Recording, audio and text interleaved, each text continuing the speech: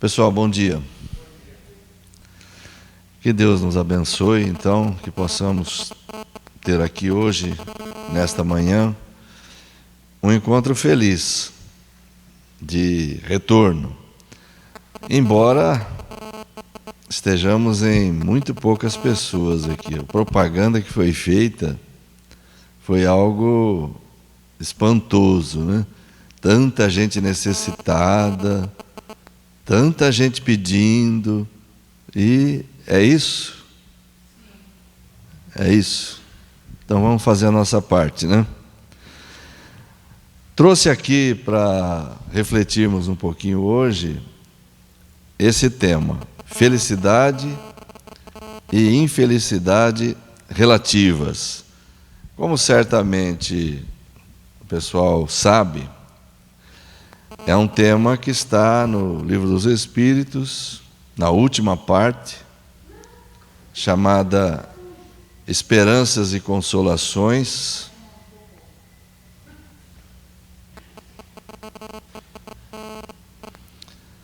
Primeiro capítulo dessa última parte, penas e gozos terrenos ou terrestres. E esse é o primeiro assunto que aparece ali. E esta é a primeira pergunta, muito conhecida nossa, desse capítulo. Pode o homem gozar de completa felicidade na terra? Completa. Não estamos falando aqui de ser ou não ser feliz. Por isso que o título da palestra é Felicidade e Infelicidade Relativas.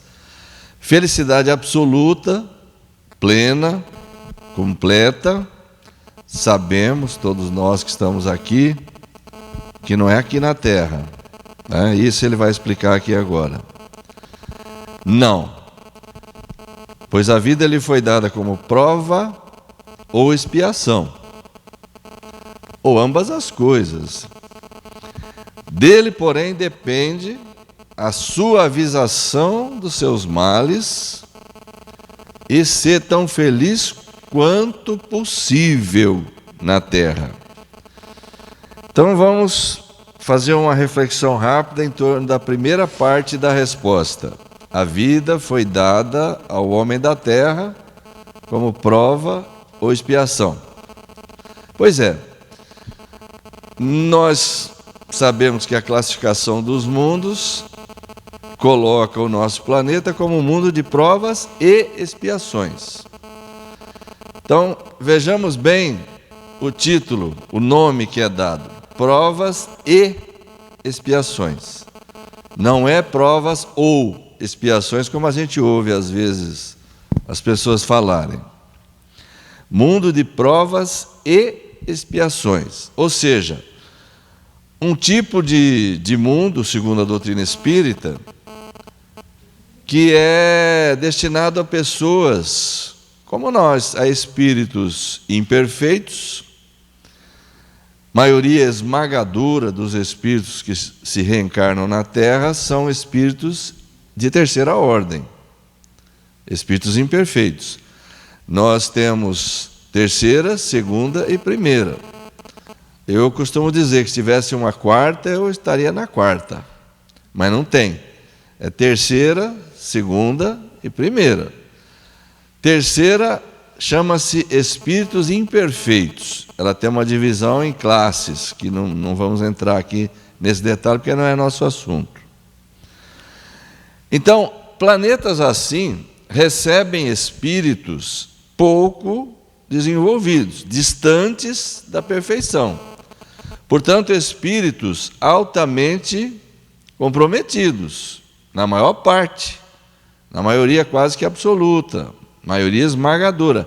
Raramente nós vamos encontrar aqui, encarnado entre nós, um espírito de segunda ordem, chamado espírito bom.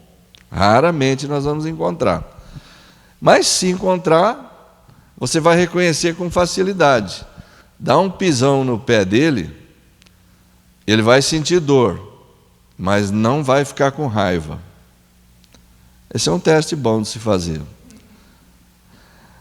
Então, por que nós não podemos ser completamente felizes aqui na Terra? Porque esse tipo de mundo recebe espíritos com problemas.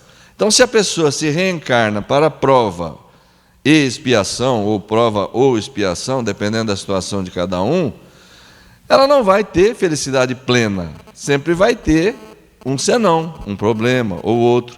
Aqui nós conhecemos bem a realidade desse planeta. Aqui nós temos um corpo material bastante denso, bastante pesado, bastante grosseiro, ainda muito exposto a doenças, a enfermidades. Aqui nós convivemos com pessoas com caráter dificilmente bom, como a gente conhece a maioria das pessoas e conhecemos-nos a nós próprios. Então, essa convivência, o modelo de vida que nós temos aqui, é óbvio que nós só teríamos que receber aqui essa resposta. Felicidade plena, não, porque sempre vai ter alguma coisa para atrapalhar. Porém, temos aquela segunda parte da resposta. Depende de nós abrandar os nossos males e sermos tão felizes quanto se pode ser aqui na Terra. Isso vai ficar um pouco mais desenvolvido logo adiante. Vamos passar para 921. Concebe-se que o homem será feliz na Terra quando a humanidade estiver transformada. Mas enquanto isso não acontece, poderá ele conseguir uma felicidade relativa? Sim, é óbvio que sim. Vamos ver a resposta. E aqui é interessante porque nós temos que observar a palavra homem, que aí está, sempre, na pergunta e na resposta. Vamos ler a resposta. O homem é quase sempre, vejam bem aí, grifei até, o homem é quase sempre o obreiro da sua própria infelicidade. Pela prática da lei de Deus, a muitos males pode forrar-se, proporcionando a si mesmo felicidade tão grande quanto o comporte a sua existência grosseira. Então, isso daqui remete àquela resposta, a segunda parte da resposta anterior. O homem é quase sempre o obreiro, o artífice, em algumas traduções, da sua própria infelicidade. O homem é o espírito encarnado, é o homem que está na terra. O homem. Então, como homem, como gente, como pessoa encarnada, cabe essa reflexão. É quase sempre. Porque se ele estivesse falando aqui do espírito, que cada um é, ele não diria quase sempre. Ele diria sempre. Aqui nós somos quase sempre porque, como homem encarnado, há males que sobrevêm na nossa vida como resultado de experiências anteriores.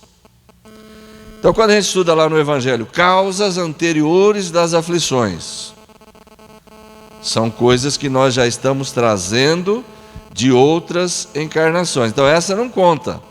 Para o homem, ele fala, o quase sempre aqui é o que nós estamos fazendo agora, o nosso comportamento atual, gerando desconforto, gerando problemas, gerando dificuldades, gerando dores, gerando complicações. Por isso que ele fala, quase sempre. Sabe por que é isso aqui? Também, onde a gente tem um reforço disso, todo mundo sabe. Em o Evangelho segundo o Espiritismo, lá na frente, no capítulo Pedi e Obtereis, a gente vai encontrar um comentário nesse sentido, onde o Kardec fala assim, se nós, tudo certo? Se nós pudéssemos separar os males que nos afligem na vida aqui na Terra, separar em 2 pacotes, Ele fala, se dividir em 2 pacotes, aqueles que a gente não sabe, por mais que procure, nessa existência eu não fiz nada para isso ter acontecido. De jeito nenhum. Um exame honesto, né? Um exame verdadeiro, sincero, isento. Então, isso só pode estar, a origem só pode estar em existências anteriores.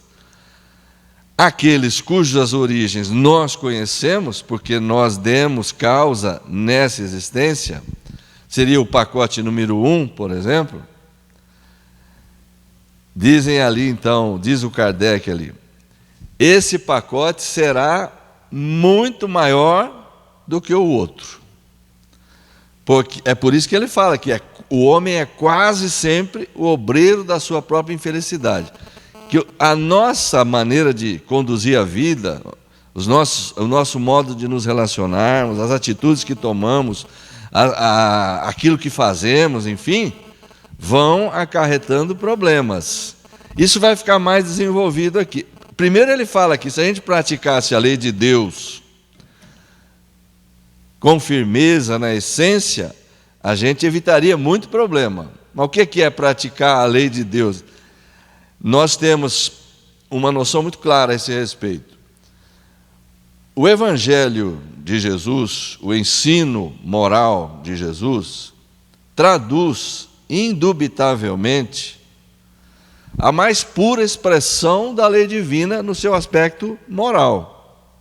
Um espírito puro, um espírito perfeito, um espírito de primeira ordem, mesmo encarnado na terra, nesse plano grosseiro, ele mantém sempre a sua condição de espírito puro, a plenitude das suas faculdades espirituais. Eles são unos com Deus, detentores da verdade plena. Então, o que um espírito desse ensina só pode ser a mais pura expressão da lei divina. Se ele nos diz aqui que a prática da lei divina nos faria poupar-nos de muitos sofrimentos, de muitos problemas, e nós temos no Evangelho de Jesus a mais pura expressão dessa lei no seu aspecto moral, então nós temos um roteiro pronto, está aí. Se conseguirmos uma aderência tanto maior quanto possível, é provável, pelo que está dito aqui, que nós sofreremos menos. É uma coisa pelo menos lógica, não é? Ele segue falando, aquele que se acha bem compenetrado de seu destino futuro, não vê na vida corporal mais do que uma estação temporária. Como parada numa hospedaria, parada momentânea numa hospedaria de má qualidade. É uma metáfora que ele cria para expressar a nossa condição aqui na Terra. Se nós aprendermos a não valorizar tanto as questões da Terra, já é um caminho para sofrer menos. Facilmente se consola de alguns aborrecimentos passageiros de uma viagem que o levará a tanto melhor posição quanto melhor tenha cuidado dos preparativos para empreendê-la. Então, essa ligação direta que o Espiritismo estabelece entre vida na Terra e vida futura, uma sendo naturalmente a sequência da outra e a vida futura sendo a consequência direta dos atos da vida terrena, essa ligação que claramente se estabelece, como dirá o Kardec em outras obras, isso que se materializa diante de nós, o mundo espiritual, o futuro do homem, essa compreensão, quanto mais perfeita ela for, quanto mais concreta ela for, mais nos levará à nossa mudança de atitude. Então, prosseguindo. Aqui nós vamos entrar naquela questão que estava falando antes. Já nesta vida somos punidos pelas infrações que cometemos, das leis que são situações diferentes, das leis que regem a existência corpórea. Então aqui ele está falando do quê? Você comete excesso, come demais, bebe demais, fuma, tem vício, não cuida da saúde adequadamente, você já vai começar a experimentar os resultados, os efeitos disso. É a lei da existência corpórea. Se nós infringirmos essas leis com as nossas condutas, é óbvio que nós vamos sofrer os efeitos. E isso não adianta ficar dizendo, na existência passada eu devo ter feito. Nada, olha direito para o presente, o que você está fazendo agora. E provavelmente vai encontrar a causa. Se gradativamente remontarmos à origem do que chamamos as nossas desgraças terrenas, veremos que na maioria dos casos, é claro que algumas coisas vão estar na dependência de existências passadas, né? Na maioria elas são a consequência de um primeiro afastamento nosso do caminho reto. Quer dizer, de pulo em pulo, chegamos a uma situação mais difícil. Desviando-nos do caminho reto, enveredamos por outro, mal, e de consequência em consequência, caímos na desgraça. Isso, falando ainda do ponto de vista da vida corpórea, da infração às leis que regem a vida corpórea. Agora, saindo um pouco fora da questão dos sofrimentos materiais, a gente pode entender aí aquilo que aflige o ser humano do ponto de vista da necessidade, da fome, da dificuldade econômica, do problema financeiro, de uma série de questões que muitas vezes afligem as pessoas. Agora, aqui, eu pulei uma série de questões para entrar nessa aqui. Assim como, muitas vezes, o homem é o causador dos seus sofrimentos materiais, também o será de seus sofrimentos morais. Mais ainda, porque os sofrimentos materiais, algumas vezes, independem da vontade. Alguma coisa que sucede, alguma coisa que não dá certo, independentemente da sua vontade, e você tem um revés, tem uma dificuldade, tem um problema, ou até coisa do passado que repercute agora também, enfim. Isso às vezes tem até atenuante. Agora, a questão do sofrimento moral, é isso que ele vai falar aqui.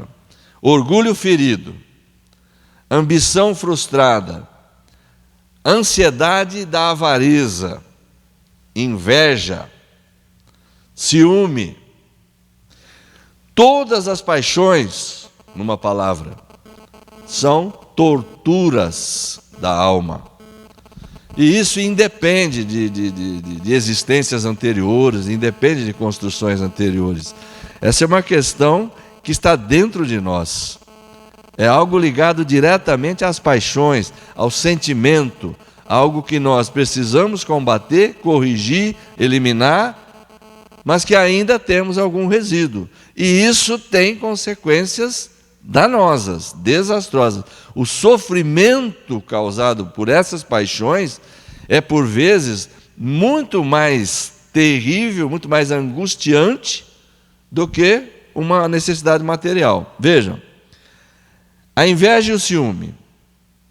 Felizes os que desconhecem esses dois vermes roedores. Para aquele que a inveja e o ciúme atacam, não há calma, nem repouso possíveis. À sua frente, como fantasmas que não lhe dão tréguas e o perseguem até durante o sono, se levantam os objetos de sua cobiça, de seu ódio, de seu despeito.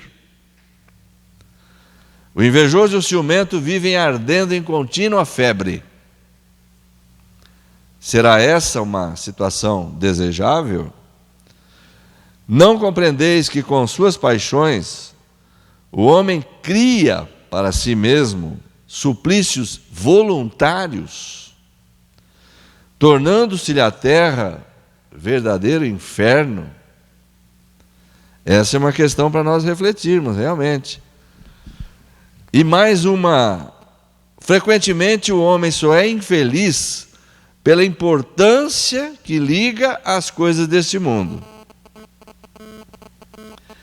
Fazem-lhe a infelicidade, a vaidade, a ambição, e a cobiça desiludidas. A frustração disso. Se colocar fora do círculo acanhado da vida material, se elevar seus pensamentos para o infinito, que é seu destino, mesquinhas e pueris lhe parecerão as vicissitudes da humanidade, como o são as tristezas da criança, que se aflige pela perda de um brinquedo que fazia a sua felicidade suprema.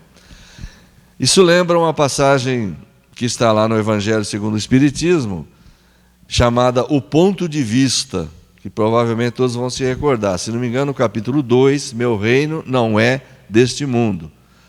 Ali se fazem essas colocações de uma forma bem apropriada, bem a propósito. Veja, dependendo do modo como a pessoa encara as coisas da terra, dependendo do valor que atribui, isso vai ter um peso.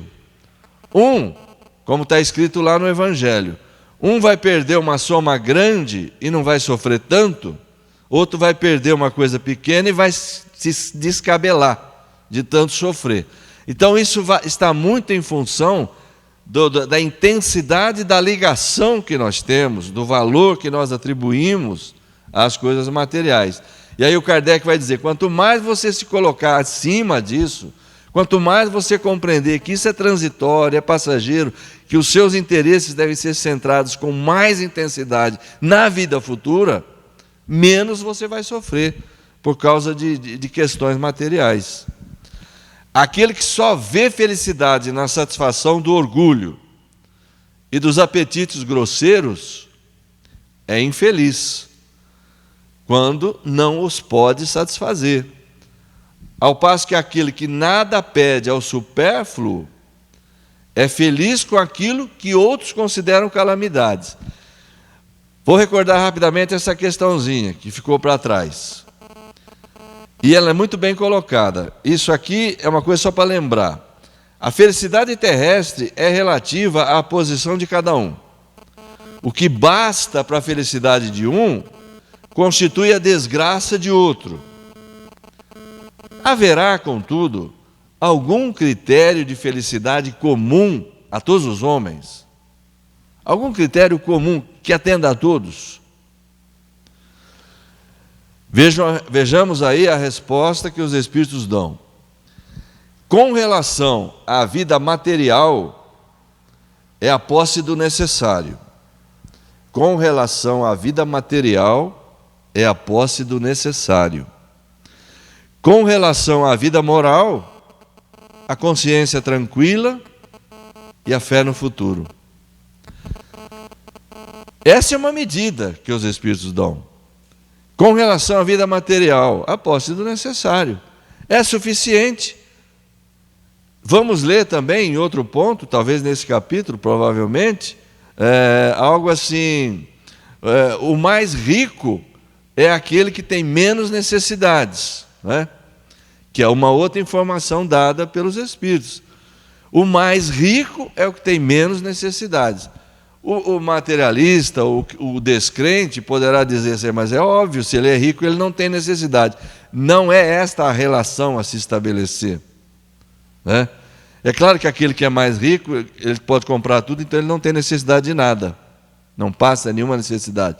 O sentido da frase não é este. Se tem menos necessidade, precisa de menos coisas. Então ele é mais rico. Essa é que é. Agora, eles vão dizer assim, referimos-nos ao homem civilizado, porquanto o selvagem, sendo mais limitado às suas necessidades, não tem os mesmos motivos de cobiça e de angústias. A civilização sempre vai produzindo mais necessidades, né? A pessoa sempre quer ter mais alguma coisa, está faltando isso, está faltando aquilo, porque o outro tem aquilo, eu também quero ter, não é? Diversa é a sua maneira de ver as coisas, do selvagem. Como civilizado, o homem raciocina sobre a sua infelicidade e a analisa. Por isso é que esta o afeta mais. Mas também ele é facultado a analisar e raciocinar sobre os meios de obter consolação. Essa consolação ele a encontra no sentimento cristão que lhe dá a esperança de melhor futuro, e no Espiritismo que lhe dá a certeza desse futuro. Veja, duas coisas diferentes. O sentimento cristão dá a esperança do futuro, o Espiritismo dá a certeza desse futuro.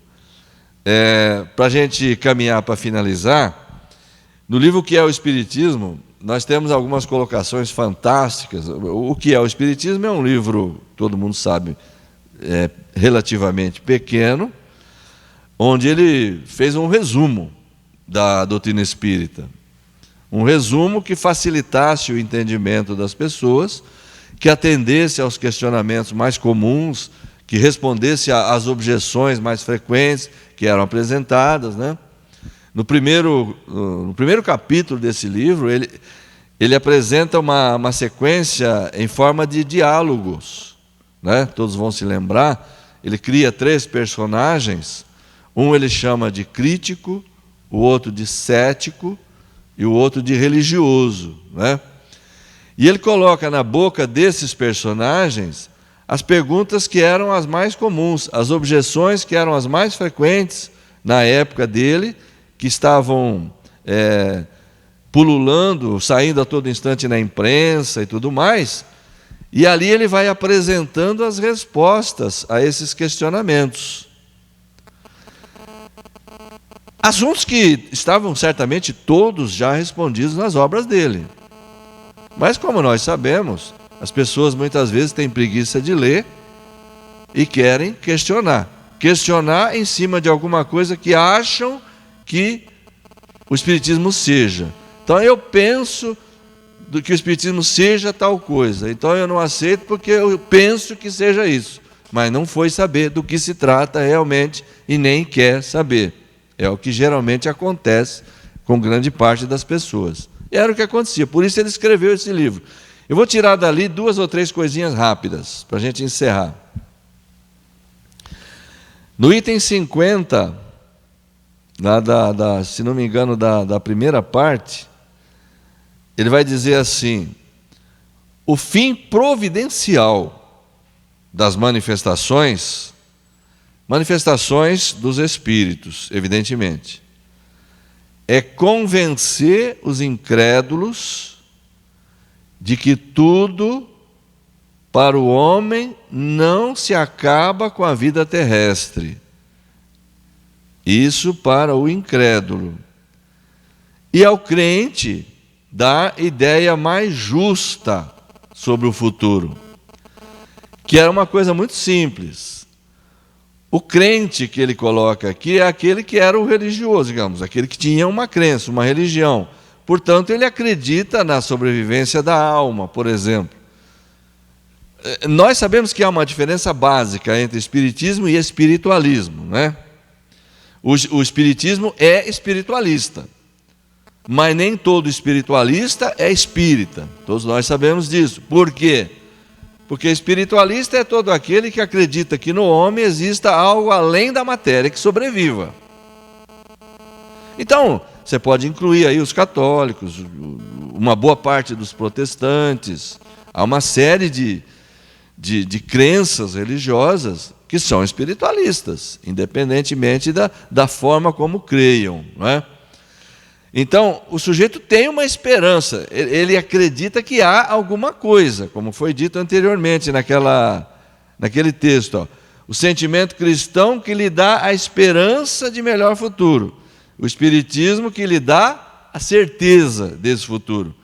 Aqui ele está dizendo, essa fenomenologia estudada, constatada, consolidada, metodicamente da forma como Kardec fez, comprovou, ele diz assim, materializa, ele usa essa palavra, materializa diante do homem a existência do mundo espiritual, a existência da vida futura, né? E apresenta as coisas como elas são, a situação de cada espírito, como ele está vivendo, diretamente relacionada com o tipo de vida que ele manteve na Terra, não é?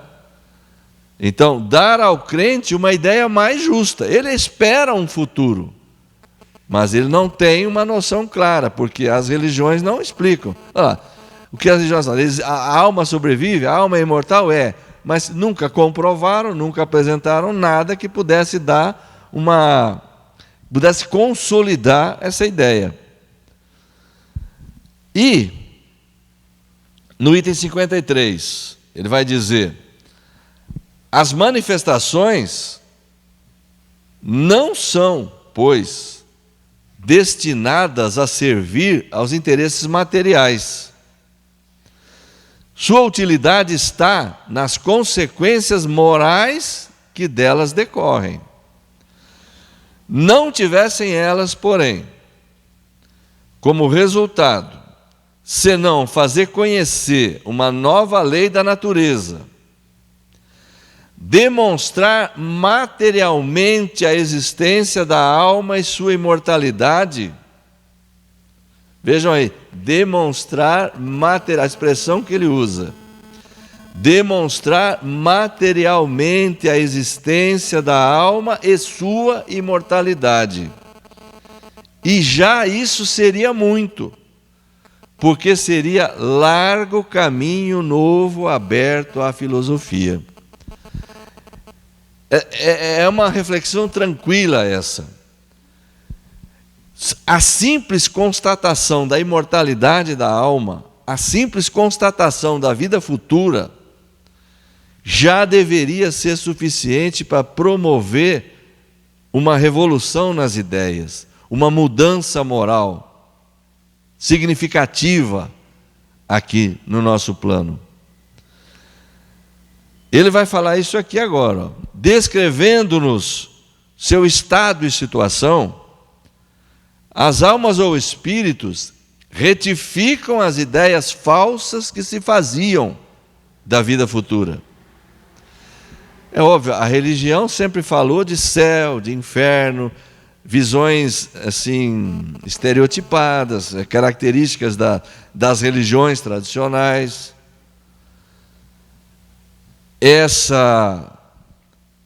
Essas informações trazidas pelo Espiritismo modificaram inteiramente essa percepção que se tem do mundo espiritual. E principalmente acerca da natureza e duração das penas. Isso é uma coisa tranquila que o Espiritismo veio corrigir adequadamente. Natureza e duração das penas. Ficou claramente estabelecido que não tem penas eternas, que o sofrimento dura enquanto durar o mal, e assim por diante. Isso aí requer um estudo muito mais complexo, muito mais desenvolvido. Passando assim, eu grifei essa parte exatamente por isso. Passando assim, a vida futura, do estado de teoria vaga e incerta, ao de fato conhecido e positivo, aparece a necessidade de trabalhar o mais possível durante a vida presente, que é tão curta, em proveito da vida futura, que é indefinida. Se nós tivéssemos uma certeza, porque vamos refletir um pouquinho sobre isso. Em grande parte das vezes, nós mesmos, nós espíritas, agimos como se a gente não acreditasse nisso. Porque isso aqui deveria ser suficiente para promover uma mudança radical no comportamento da humanidade. Por que não produz? Porque a gente crê nisso, mas talvez não tenha tanta certeza. Enfim, felicidade e infelicidade relativas. Esse foi o nosso título aqui. Vivemos na Terra, mundo de provas e expiações, ainda somos espíritos em desenvolvimento, portanto, precisamos compreender a nossa realidade. Porém, uma realidade mais importante ainda que nós precisamos compreender é que está exclusivamente em nossas mãos mudar essa realidade, mudar essa situação. O Espiritismo nos informa que nós não dependemos do outro, Nós não dependemos do Estado, da religião, dos pais. Nós não dependemos de ninguém para promover a nossa libertação. Isso está inteiramente por conta do nosso livre-arbítrio, das nossas escolhas. Nós construímos a nossa vida até aqui e estamos construindo o nosso destino. Uma frase simples para resumir isso é esta: somos herdeiros, moralmente falando, de nós mesmos. Ninguém é culpado por nós estarmos vivendo nessa situação. Somos herdeiros de nós mesmos e construtores do nosso destino.